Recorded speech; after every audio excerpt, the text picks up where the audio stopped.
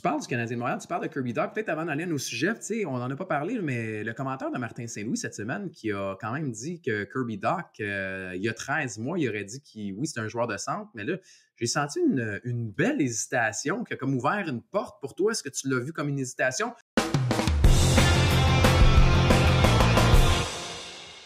Kirby Dach, on vous le rappelle, qui est à 50,5 points plus ou moins sur mise au jeu plus. Alors, Kirby Dach va faire plus ou moins 50,5 points. Max, est-ce que tu as senti cette hésitation?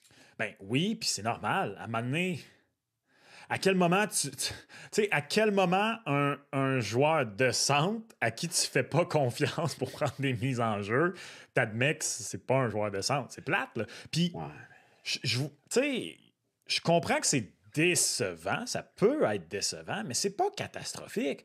Si Kirby Dach devient un très bon ailier passeur de 65 à 70 points, ouais, mais attends, il est où le problème? Ben, il est où le problème? C'est que le Canadien de Montréal a fait sa reconstruction en fonction du fait que Kirby Dach allait être ton deuxième joueur de centre. Fait que s'il reste un allié, OK, c'est correct, mais tu vas devoir quand même réagir puis dans l'entre-saison aller chercher un deuxième joueur de centre. Tu ne vas pas attendre Michael Age qui peut-être peut potentiellement devenir un deuxième joueur de centre.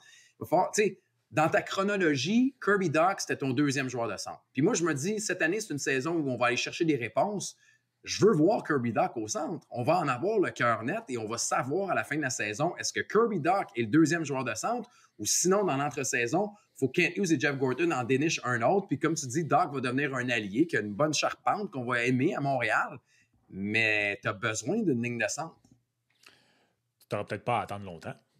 Ah ouais, ça va être qui? Bien, d'abord, la dernière fois que j'ai vérifié, le Canadien est 3e dans le classement inversé.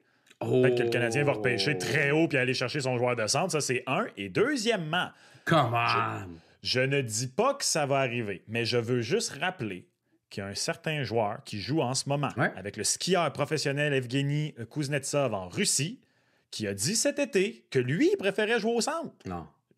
Je dis pas que j'y crois à Demidov au centre, mais lui-même a dit qu'il préférait jouer au centre. Moi, je veux pas.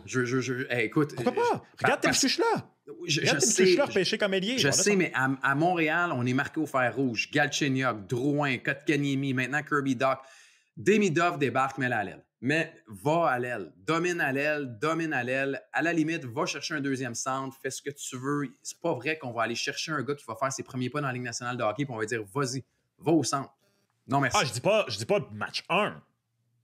Tu fais comme avec Suzuki, par exemple. Souviens-toi, Suzuki, son année recrue. Commencer à l'aile sur la 4. Oui, à l'aile sur la 4. J'avais la 3 en tête, mais effectivement, ça devait être la 4. Ouais. Puis, petit à petit, premier centre du Canadien. Commencer avec Nate Thompson sur la 4, rappelle-toi.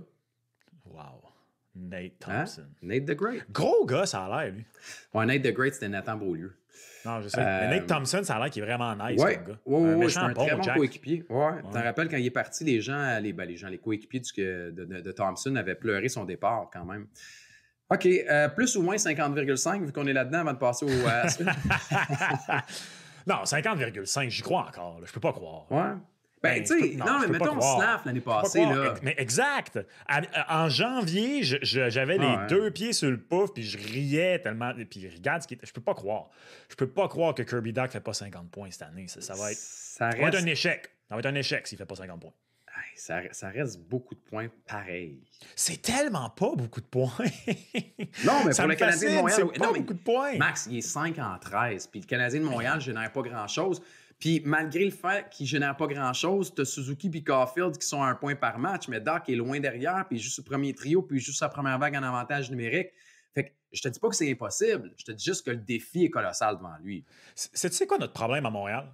Quoi? Ça fait tellement longtemps qu'on n'a pas de vedette offensive, puis plusieurs en même temps, qu'on dit encore des affaires comme 50 points, c'est beaucoup, alors que la Ligue a tellement changé. Écoute, je faisais mon travail, en fait, cette semaine. J'allais dire, je faisais une recherche, comme si... Non, je faisais mes recherches pour ma job. Ben oui. Et parce que je regardais, tu sais, les Leafs, parce qu'on parle beaucoup avec l'arrivée de Craig Berube, que là, les Leafs sont dans une phase où ils se cherchent un petit peu dans cette nouvelle identité, sous Sheldon Keefe. Donc, Sheldon Keefe a été nommé en novembre. J'ai en tête le 20 novembre 2019, si ma mémoire est bonne.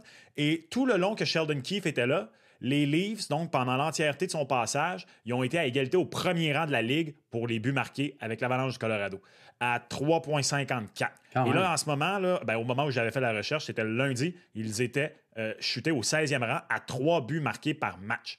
Puis j'ai décidé, je me suis dit, y a-t-il un comparatif à faire avec les Caps de Washington de Barry Trotz?